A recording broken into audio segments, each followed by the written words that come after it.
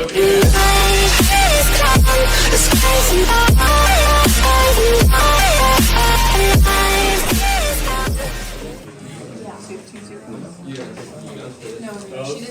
said what? Tres.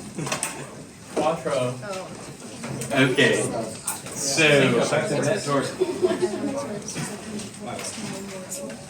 So an object is in static equilibrium only if all the torque balance. We've already talked about that. If an object is not in equilibrium, then it must be accelerating. So then we get our F net equals ma. So remember, if you have a net force, you produce a linear acceleration. So that means if you have a net torque, you produce an angular acceleration. So you had this equation back in AP1 last year, or 2 years ago. But remember, F net equals ma. We could just swap out our rotation variables, and we can get a angular version of it. So force is like torque, mass is like inertia, and acceleration is like angular acceleration.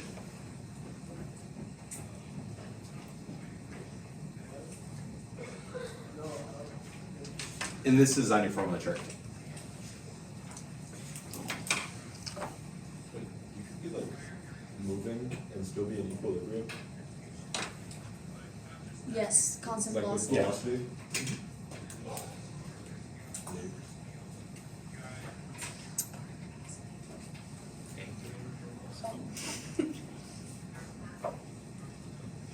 What's the denominator for the torque equation?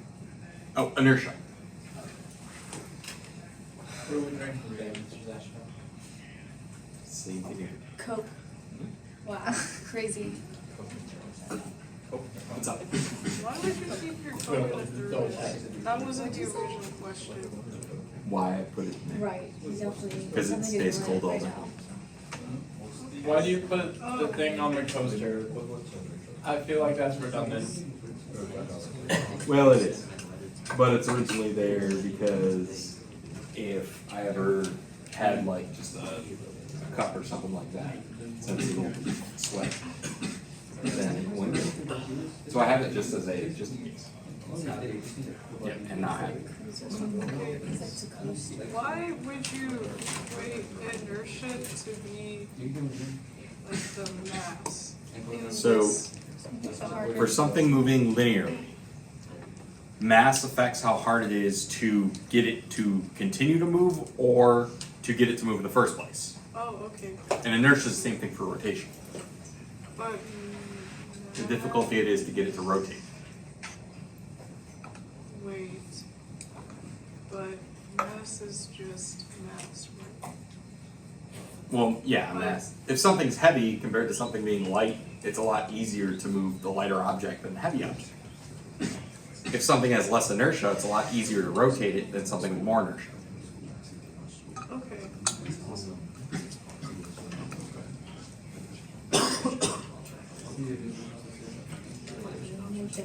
Okay, so an example would be something like this. I know, that's why you. So we have a beam that has a length L and a mass M pinned to a hinge at one end.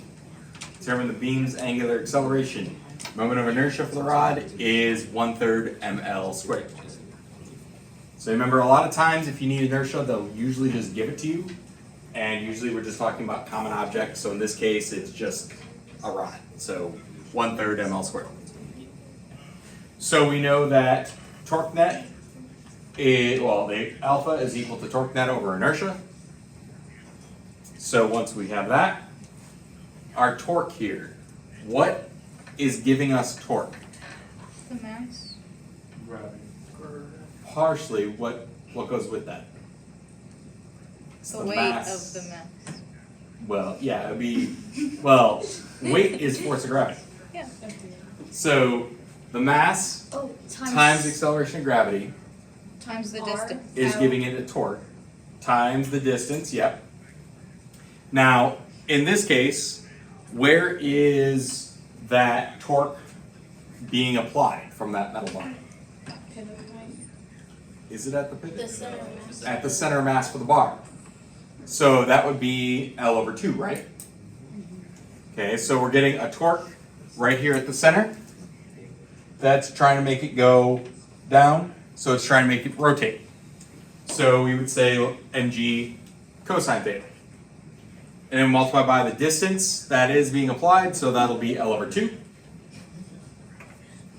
And we divide that by our inertia. And here our inertia is 1/3 ml squared. So, whoops. Yeah. So force of gravity is going to be straight down, but it's not actually, we would have a torque being straight down, but it's not straight down. It's actually at an angle of this theta. So we need to figure out what that theta is. So that's why we're going to use cosine here.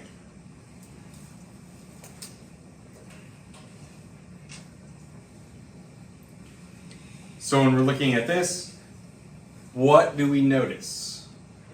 The M's cancel. Yeah, even though I did put this as a capital M, that one should be capital there. But the M's will cancel out, and what else? The L.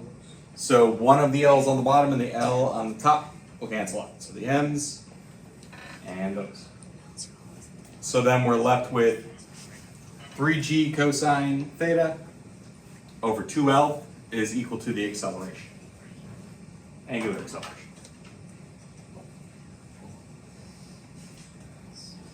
Any questions there?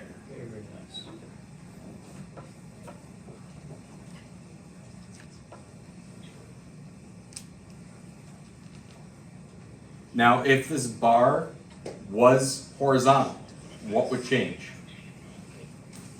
No cosine theta. Yeah, it wouldn't be cosine theta anymore, it would just be mg. Because now that torque is straight down. And remember, when we're talking torques, it's only in the direction of the, it's gotta be parallel, perpendicular to the object. There we go, can't tell. I'm out of it. Yeah. What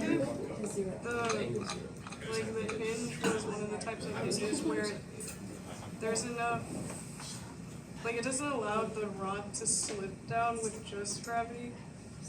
What about if you needed to like turn it with your hand like a crane? So then you would have a torque in the opposite direction as well, because it's preventing it from rotating. So that would make it more complicated? A little bit. It would be, so this is net torque on top. So this is just, we only have one torque here. So you would just have a second one after it. So you'd add another one. You would add. Because now you have another torque going in the opposite But direction. if it's going that way, wouldn't it be negative? Yep, you'd add the negative. Negative. So this way and that way. If you were having it stationary, it's 0. They'd have to right? cancel out. Yep. What about if you have your, okay, but if you have your hand like cranking it, where along the thing would you have the torque acting upon the end point? So like if you're holding it here and you're going like this. Yes. So yes, it'd be at the end. So distance L wouldn't be L over 2 now. It would just be L. You'd still have gravity, but now you'd have to add that. In this case, it's L over 2 because the center of gravity, or the center, COF is in the middle. But why does, whenever you crank it doesn't change. So you would still have that force of gravity at the center of mass, but now you're applying a torque at the end. So that distance from the pivot is that entire length. So you'd have that other one as well. So it's the fact that you have a force applied that makes the length go all the way if you're cranking. Yeah, where that force is being If you applied. don't have any applied force, it's just the seat. Just the center of mass. Okay, but if you dropped Bro, it, if it was like a straight line, 12 where you pages of dropped it, emos. then the center mass would shift somewhere along the spectrum. Once it made contact, yes. Oh, okay. Yeah. How do you have storage? Because I do. That actually is a good question. That's for after. Anyway, Do you delete the videos? Well, I mean, after I post it, I don't know. What if you want them taken down, Mr. Zacha? He Like- could. Yeah. Did What you if? give consent to be in those videos? Yeah. What if you want to be or what if you want to like make people pay for your lectures? You should post a master class. A massive bully. Anyway, Khan Academy's right. okay, here's another guys. Is that challenge? So, guys. So here we have a hanging mass wrapped around a massive pulley. The hanging mass has a weight mg, and the mass of the pulley is mp. The radius is r. Determine the acceleration of the hanging mass, and I'm giving you the inertia equation. So inertia is 1/2 mr squared. So the first thing, if we focus in on the hanging mass, Is that the inertia of the pulley? this is the inertia of the entire pulley, yes. Not including the hanging mass. So, no, it's not including the math. That makes no sense. So, if we were to draw the free body diagram for just the hanging mass, what would that look like? Force of gravity downward. Force of gravity down and Tension. tension up. And we know that it's going to be accelerating, right? Or it should be. It would make sense. So if it's accelerating, that has to equal ma.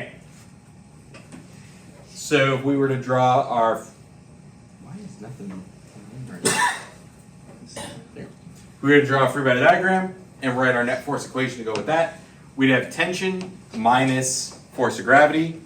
And since we're saying if we do minus force of gravity, that means we're saying going down is negative, so we'd have negative acceleration. Yes, you could flip that if you want and say tension being negative and force of gravity being positive direction. That's fine as well. Then if we were to draw the free body diagram for the pulley, what would we have there? Force of gravity. Force of gravity. Normal. Normal force, because it's attached to the wall. Force Force of string. Force of string, which is what? The torque. Tension. Oh, yeah. So we'd have that tension force, we'd have the force of gravity for the pulley, we'd also have that normal force. Well, here's the thing, where is that tension force? Is it right in the middle? No. No, where is it? It's going to be on the end. So since it's on the end, Whoa, no one's ever drawn. we would get something like this. So here's our net force equation for rotation. So the tension times the radius, because it's not right in the middle, is equal to the inertia times angular acceleration. Yeah. Why is the normal force going up?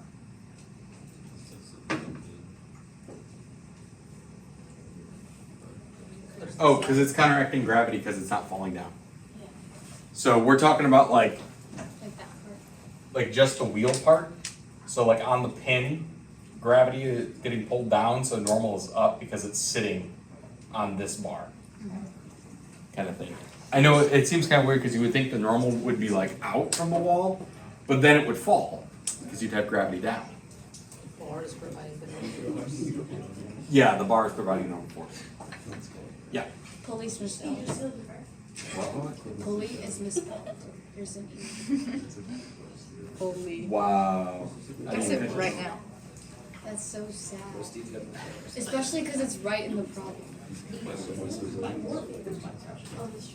Dude, it's gonna be magic. It's just gonna No. Wow. crazy.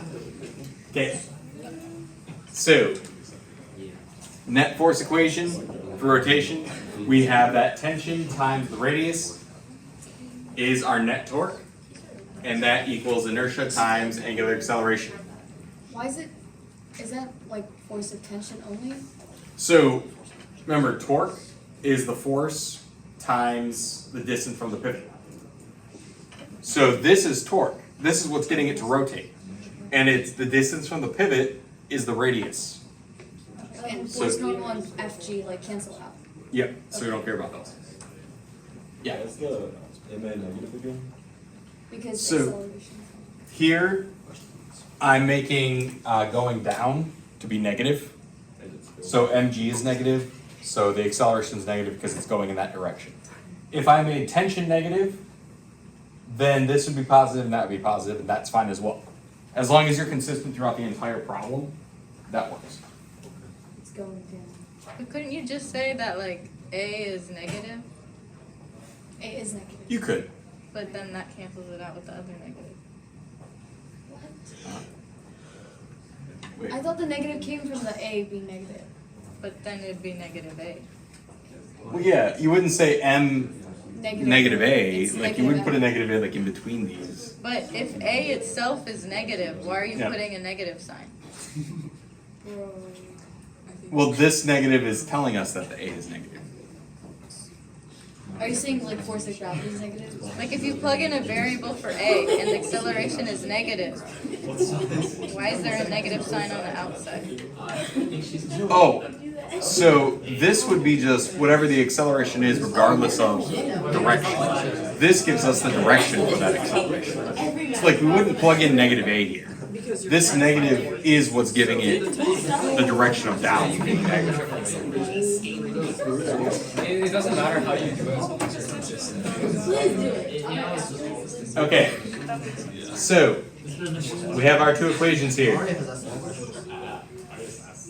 Now, we'll get into it a little bit later, but I'm going to mention this just to kind of start. Since the string is not slipping, so we won't be concerned with like friction or anything like that. We're assuming it's spinning and it's pulling it just as fast as it's moving. Nothing crazy. We can say that, remember, to get linear acceleration, we take alpha multiplied by the radius. And so we have these two equations. So on the left side, the torque, force tension times radius, is equal to I alpha. Well, if we know that linear acceleration is equal to the radius times angular acceleration, we can do a little bit of rearranging and solve for angular acceleration and plug it in there. We also know what inertia is. I gave you the inertia equation of 1/2 mr squared. So here we have the inertia, 1/2 mr squared, times alpha, and alpha is acceleration divided by radius.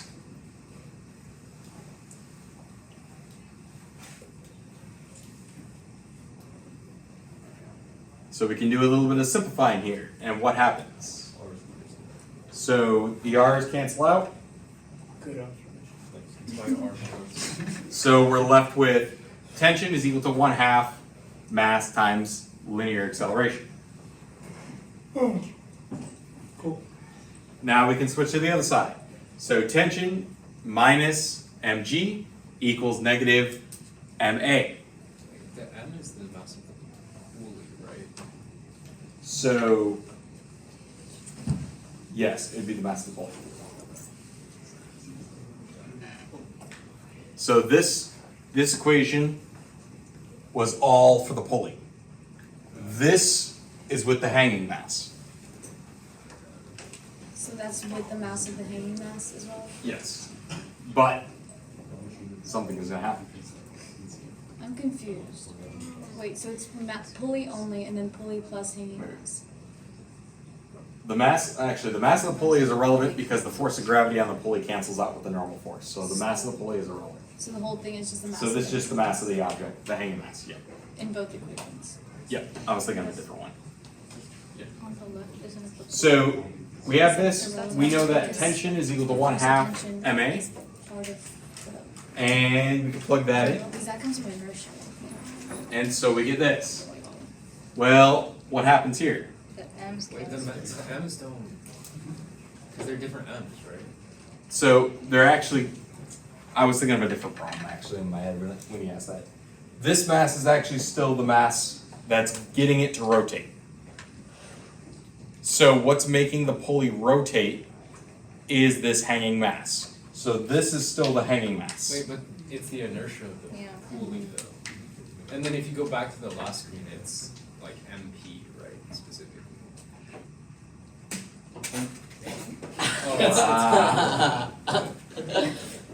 Yeah, mass pulley MP.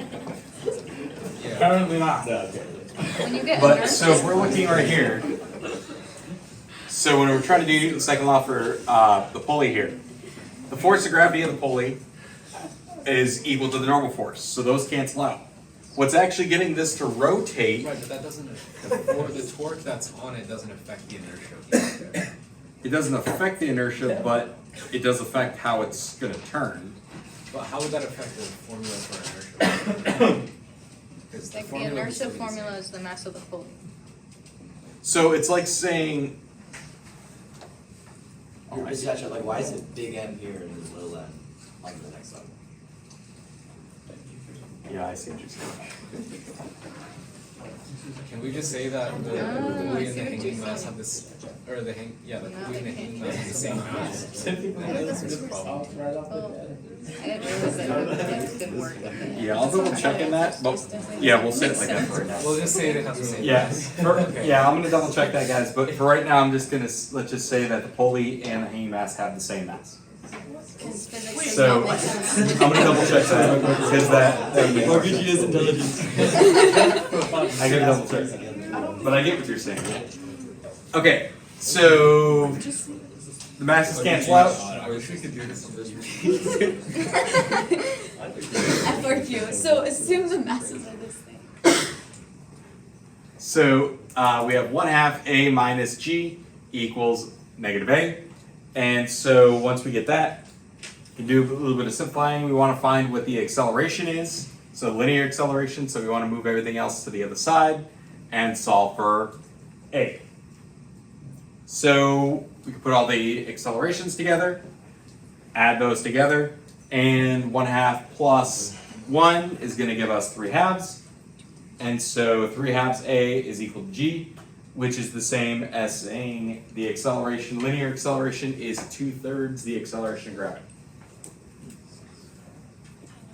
So that means the mass is going to fall at a rate of 2/3 the acceleration of gravity. Now, normally if it wasn't attached to anything, it should just fall at a rate of g. But because it has that tension pulling up, it's going to be falling slower.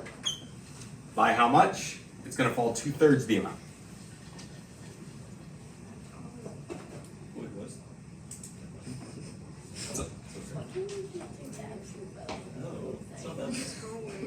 Here we go. Okay, why in the previous, in the original question, why did you say a massive pulley? Like, why does that matter? Because if it's a very small pulley, then it's going to affect. Because sometimes they're negligible masses. Right? Yeah, sometimes we're saying like a pulley of negligible Why mass. couldn't you just say a pulley? Because You're they're. trying to like Because at highlight this that it's point, not you also didn't say that the masses are the same. So, I will say this. This was an older question from the AP exam. So they used. Yeah. They used to say massive pulley a lot. Now a lot of times they'll just say a pulley, or they'll say specifically a pulley of negligible mass. I haven't really seen it more recently of them saying massive pulley, but I just It's probably like an articulated way of saying a it. massive. yeah, that's kind of the way it was. No, you're not the baby. You have mass. The massive part of it. The linear side. For the hanging. Remember when you called that lady on the physics problem massive? Massive. When did I do that? A massive woman. Anyway. Okay.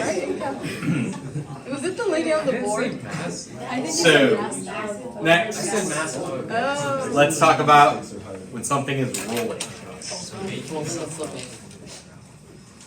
So when an object is rolling, it has angular motion and linear motion, and both of them are linked together. Is it rolling with or without friction? Uh, No. Okay. So for an object that's rolling without slipping, meaning there's enough friction so it doesn't just start spinning and not going anywhere, we have the following relationship. We know that the velocity of the center of mass is going to equal the angular velocity times radius. Stevenson.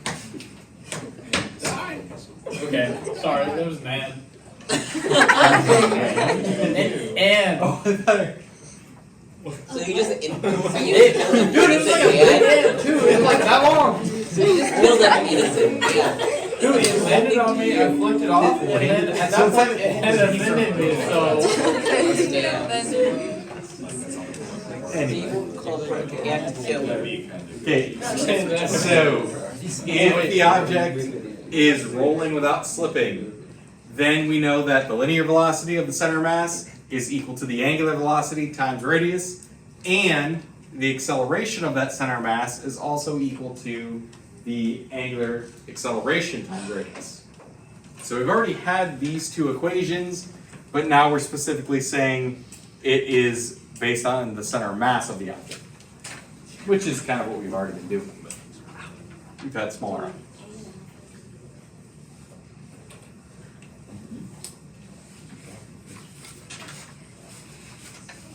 We have these equations. Yeah. Thank you. S equals, yeah. Well, S was for position. What is slipping? Jim song Giga Chat. So like, imagine, like, think of it as you're not like running in place. Like, your foot doesn't slide backwards when you go to move, it actually sticks completely and pushes. So, like, Yes. a good example is like a bowling ball. When you throw a bowling ball, you see it maybe spin, but it doesn't like go in that direction. Then that means it's slipping. If it wasn't doing that exact same motion as the way it's rolling, then that would be without slipping. Think of like how the tires in the car are supposed to work. You don't want your tires to slip, because then you wouldn't have any traction go into a ditch.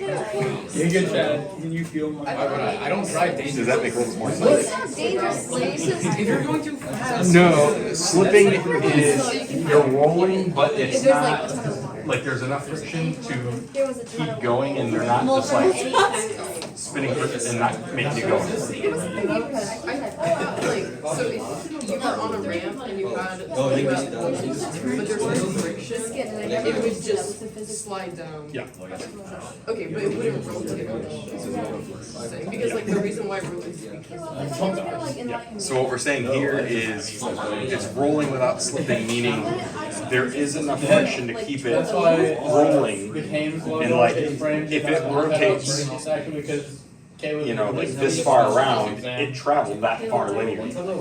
That's what I mean. Like it didn't miss any of that. Like it's not spinning and not going anywhere. A year or two left. okay. I Did yours? thought it was it would be not spinning at all. No, mine's If there was no friction. And also I. So that just, if it slips, slipping is I know. like just sliding down, and it wouldn't be rolling at all. Because Because you have to have friction to get it to roll. Wait, so you can't roll Dude, You can't. this is such a you moment. Jared, not you, I don't know. Okay.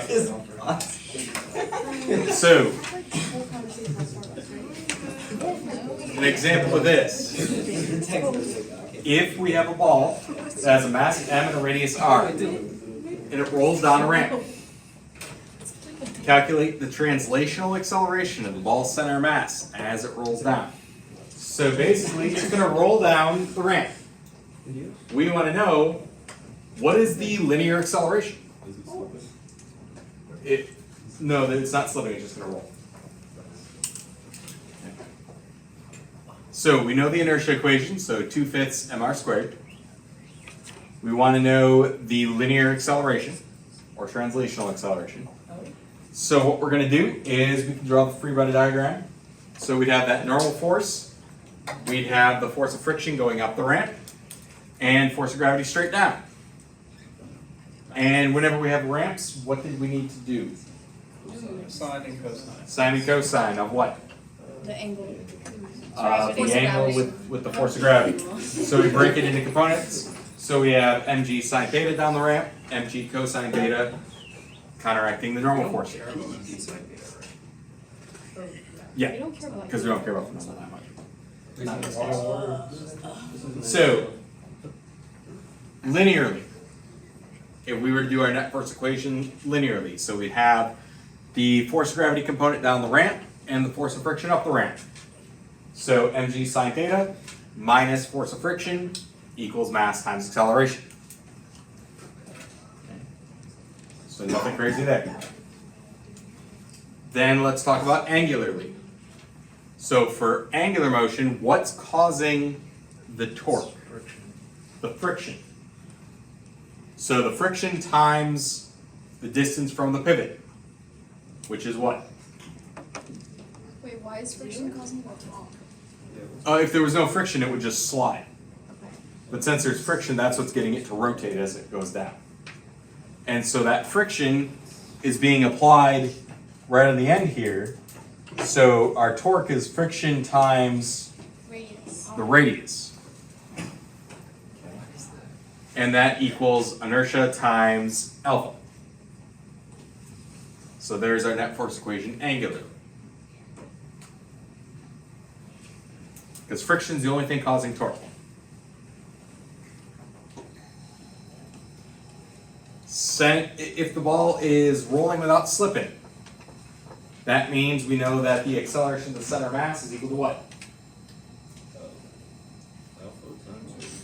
Alpha times radius. And so if that's the case, we can then combine these two equations together. And well, actually, we just need this one. Come to think of it. We just need an angular one. So the force of friction times radius is equal to I alpha. And inertia is 2/5 mr squared. So plug that in for inertia. We know that alpha is going to be equal to the angular or linear acceleration divided by radius, and that'll equal our net torque. So we get this equation.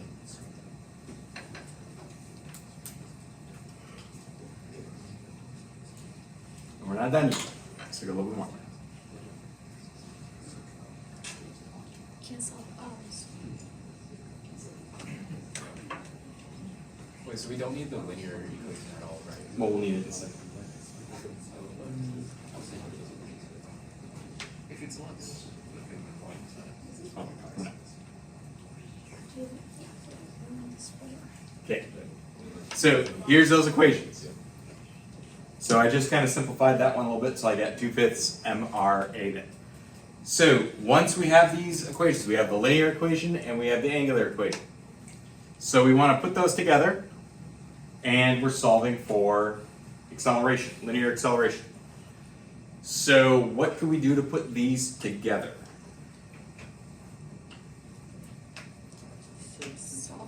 Substitute what? Force of friction. Force of friction. So if we substitute in for force of friction, we would get, we could divide both sides by r here, and we would get force of friction is equal to 2/5 ma. And so we could plug that into the linear equation. So we get mg sine theta minus 2/5 ma equals ma. Cancel out the m's. So yep, we cancel out the m's. And we want to combine like terms, so we want to get the accelerations on the same side. So we can move 2/5 a over to the other side, so add 2/5 a. Combine those, do a little bit more simplifying, we end up with the acceleration is going to be 5/7 g sine theta.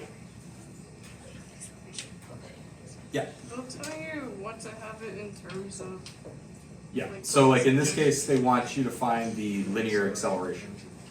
So you want to solve it in terms of, it would say find the linear acceleration in terms of physical constants and theta, yeah. That's how they would actually say this one.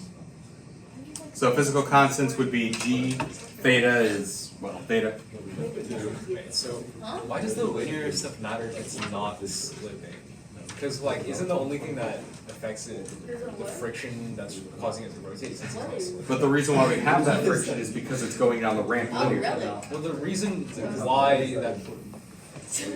Yeah, but the friction is just the normal force times the. Or It'd be the force of gravity down the ramp minus friction is your net force down the ramp. Hey, did you So you can think of it this way: as it goes down the ramp, if it was like a block, we would have the force of gravity down the ramp, friction up the ramp. So there is a linear acceleration down the ramp of it just sliding. Because Harry But it's not. went up to her. Yes, Basically but arguing you that- still have some acceleration from it going down the ramp. This Because formula for acceleration And how is that fair if like she changes her mind? Yeah. the formula for the acceleration here is because of the angle of the ramp. Because you're going to get some linear acceleration just from having it on a ramp. But if it was flat, you wouldn't have any acceleration. So then you would just have the second. It's never gonna be like this. That was a very fair experience. Nothing. So as long as we're on a ramp, we're going to have some kind of linear acceleration. Are you? And once we have that linear acceleration, we're going to have that force of friction to get it to rotate as well. Because if it was flat, if it was horizontal, See, this It is wouldn't really fall at all. fun because Well, yeah. we're having Friday karaoke and it's gonna be a bunch of people, but His I'm not teacher's sure got it through works, to so we'll see what happens. How come you're quitting? Because Can you become a cowgirl? Wait, you're putting on this? No, Doesn't mean he can't hear. I'll think about it. Well, you can't tell me that. and like I texted him something. Okay, and it guys, was like, any I'm not gonna work questions without on him. this Never one? experienced. So unless he's Yep. planning on it. You said that there's physical constants. Wait, I'll ask this question at the end if there's a long way to go. This There's is no like, reason to like. Okay, yeah, I just haven't. I have one more example. I'll try to say one more thing. oh wait. Okay, One more thing, guys. yep. So now, of course, we have to talk about rolling with slipping. Oh. Oh, perfect. So if an object is rolling and also slipping, then the previous relationships will not hold. So we can't say that the center mass acceleration is equal to radius times alpha. But we can analyze the situation by treating the motion as being two parts. So rolling without slipping motion and a sliding without rolling motion. So if we were to treat this as, yes, it's rolling down the ramp and not slipping, and also figure out if it was just sliding down the ramp and not rolling, and put those together, that will give us what rolling with slipping is.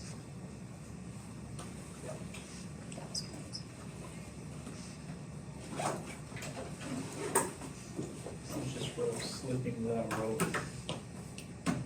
And this is a physics exclusive. Don't get it anywhere else.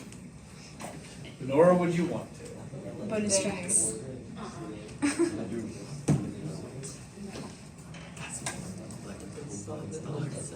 This is like a lot.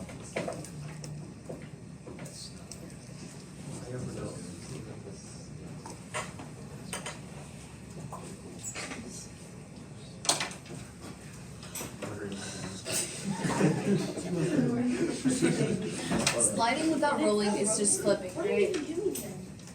Yeah. So like, there's no friction, so it just,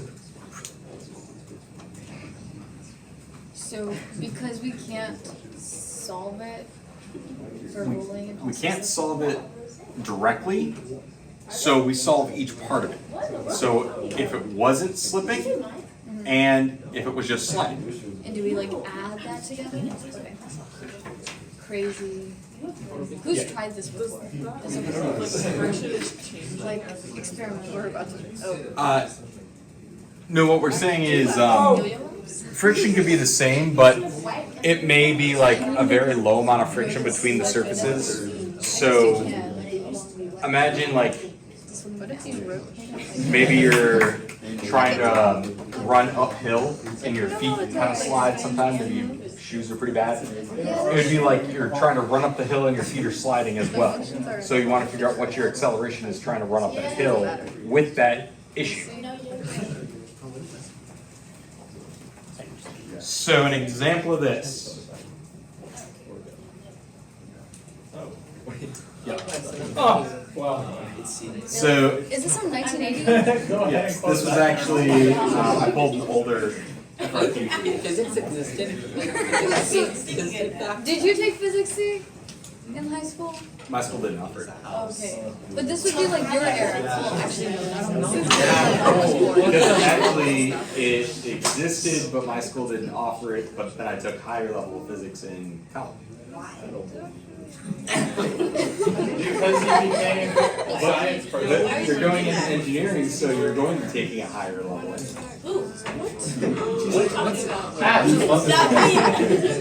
That is untrue. I doubt you would do it.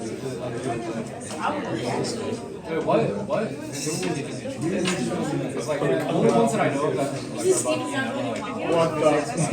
I'm just So it kind of depends on how it is you're somehow I heard of it Because you have like 2 years of general physics. right. Then usually if you're going into like electrical, then you go into electrical specialty or mechanical specialty or modern or theoretical. So it kind of splits into 2 years. It's like not real. But taking this class is This perfect. class. Literally isn't real. Oh yeah. Yeah. Oh wait.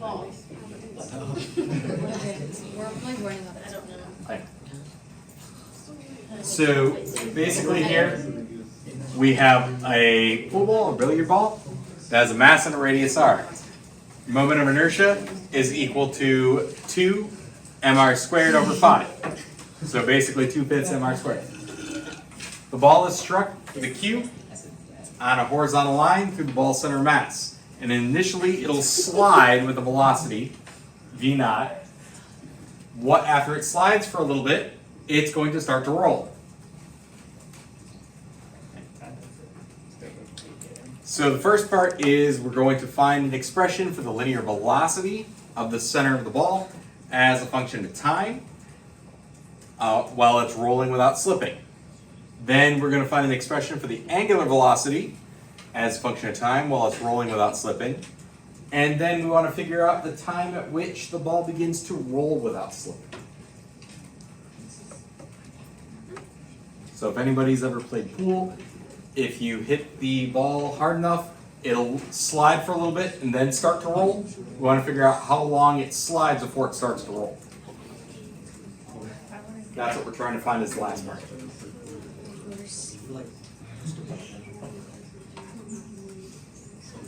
It starts rolling as it slows down. It said like initial term. I don't know the physics term for it. So I know we don't got too much time, guys, so I'm going to finish this example tomorrow. We do have the yo-yo lab tomorrow, so we'll go into that. We'll see how many yo-yos survive. Last year, not many did.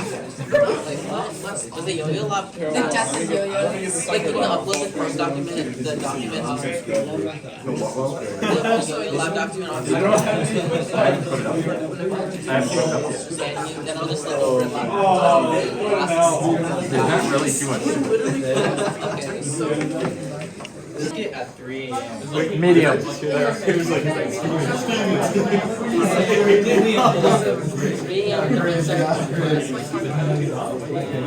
still do that, man. That's not funny. Okay, guys. So, let's go over this example for rotational dynamics real quick. So, we had, I mentioned the problem, but we didn't get a chance to go over it yet. So remember this one, we have a billiard ball. So a pool ball, we hit it, and it'll start to slide. It slides a little bit, and then it's going to start to rotate.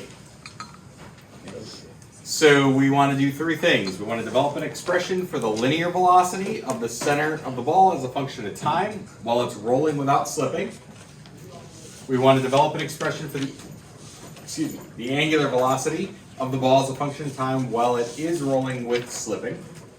And then we want to determine the time at which the ball begins to roll without slipping. So there's 3 parts. So first, part A. We draw the 3-body diagram. So it is sliding and it's not rolling yet. So So because it's sliding without rolling, we do have friction going backwards. We have normal force and we have force of gravity. So let's write our net force equation in the x direction. If the velocity is to the right, our net force in the x direction would be what? Well, ma, yes, but that's equal to negative what? Yep, so negative force of friction. So net force in the x, so we get negative force of friction is equal to ma. Force of friction is what? Normal force times the coefficient of friction. So we can plug that in. Now the normal force in this case is going to be equal to what? Force of gravity, which is mg. And what do you notice? The M's cancel out. The masses cancel out. So we're left with negative mu times acceleration of gravity is equal to the acceleration in the x. Now we know the acceleration in the x. Let's solve for the velocity in the x. Okay. So what can we use to find the velocity in the x? V equals to initial V plus AT. Yep, we can use the first kinematic equation. So V equals V naught plus AT. Well, we know the acceleration.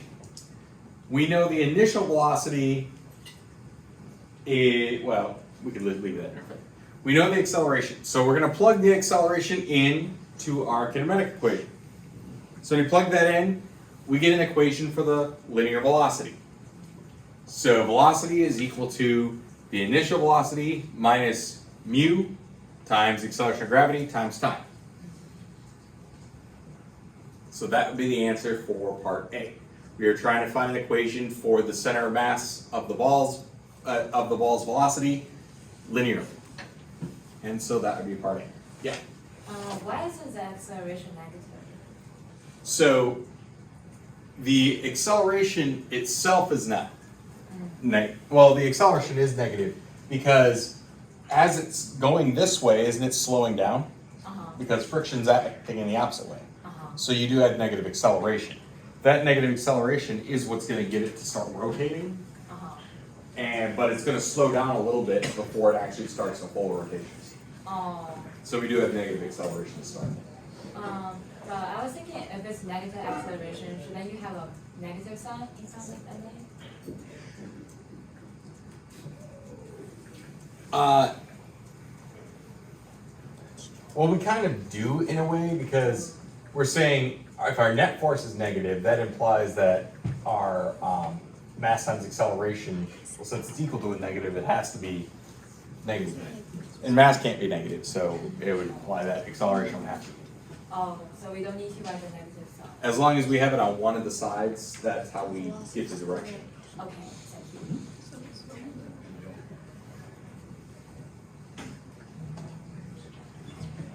Technically, you like don't need to put any signs in variables, right? Because the variables themselves are. I think you're like adding. As long, well, if you don't put any signs on variables, then over here you would have plus still. Right, but one of your variables would be negative and you would know that. But you would have Yeah, to as long as you solve know it that. without numbers. Yeah. That's the thing, is just trying to keep track of all those signs. Sometimes as we go through a big problem, you lose track. Oh, But like, what if it's a problem like this? And you don't have Okay, so that's the first part. Second part, part B here. Part B. Part B was develop an expression for the angular velocity of the ball as a function of time while it's rolling with slipping. So we still have the same free body diagram. Now it's rolling with slipping. So since we're talking about rolling, we're going to use our net force equation for torque, or for rotation. So what is our net force equation? Torque is equal to Torque is equal to Inertia times alpha, angular acceleration. Now in this case, what's causing the torque? The friction. And remember, torque is the force that's causing the torque times what? Distance. The distance from the pivot point. So in this case, it would be the Radius. radius. Okay. And I gave you the inertia equation in here, so we could just plug that right in. So it was 2/5 or negative 2/5 mr squared. So I already threw that in. Now we know force of friction is equal to what again? Mu times. Well, in this case, it'd be mg, but it also has Mu times. mu in there. So mu times normal force is mg. And once we get this, we want to solve for alpha. So we want to do a little bit of simplification, see what we can cancel out. What's one thing we can cancel out? We cancel out the mass again, and then move over the r. We can move over the 2/5 to get alpha by itself. And so once we do a little bit of that, we get angular acceleration is 5/2 mu times acceleration of gravity over the radius. But we want an equation for the angular velocity. So we're going to do just like we did last time. We're going to use the kinematic equation, but now for angular. So 1 mho equals 1 mho naught plus alpha t. Well, what do we know about the initial angular velocity? 0. It'll be 0, because when we hit the ball, it's sliding and it's just starting to roll. So initially it wasn't rolling, so it had no angular velocity. So 1 mho equals alpha t. Well, we now have alpha, so we're going to plug that in. So this would be our equation for the angular velocity. So 5/2 mu times g over r times the time. Mr. Dashaw, why do we have negative sign this time? Well, this is still negative. Oh, you mean here? That's for Yeah. inertia though. It was part of the inertia equation. Oh, is it? Yep.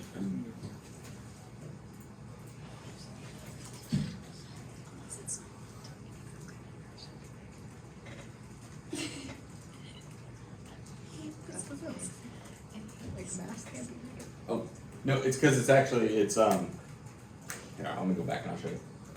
In the image. Okay, let me go back. In the image, it shows that it's spinning clockwise. And we said clockwise is Oh, negative. negative. Ah. So that's why we have this set. Because it's going to start accelerating in the negative direction for the rotation. So that's why it's negative there. Thank you, Mr. Dashaw. Inertia can't be negative, right? Since it's related to mass. Yeah, it's related to mass. So yeah, it would be part of the alpha there. Okay. So this is the answer for part B. Now part C is basically combine these two. So part C. So we know that our linear velocity is going to equal omega times the radius. But didn't we just solve for linear velocity and omega? Yeah. So in part A and part B, we solve for both of those. So basically what we're going to do is now plug those in to those positions. Once we plug those in, we get this equation, this fun equation. Now once we have this, we are going to solve for time. Part C was trying to figure out how long it takes before the billiard ball starts to rotate.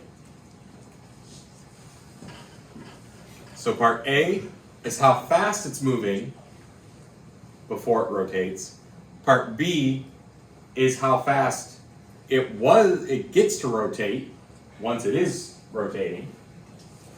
And so we put both of those together to figure out how it would be if it was rolling with slipping.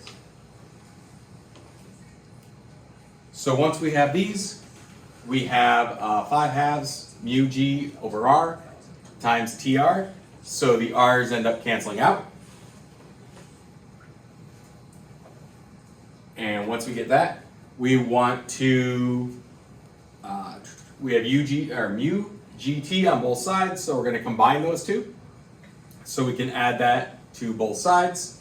And so we get 5/2 plus mu gt. So think of that as one term. And so now we get 7/2 mu gt. Since we're solving for time, we're going to move everything else over to the other side, get time by itself. And we get 2/7 v naught over mu g. So does the mass of the ball matter? No. Does the friction matter? Yes. Yes, the coefficient of friction is in that. What about the final velocity? No. Well, it did at one point. So final velocity is important. And then the acceleration and gravity. So this equation simplifies just to kind of give us, okay, if we knew what our initial velocity was, we knew what the coefficient of friction is, we can figure out how long it takes before the ball starts to fully rotate and not slip anymore. If you get a problem like this, it will be an FRQ, it won't be a multiple choice problem. And this would be the hardest type that you would get, was being able to combine both these parts together to do a rolling with slipping problem.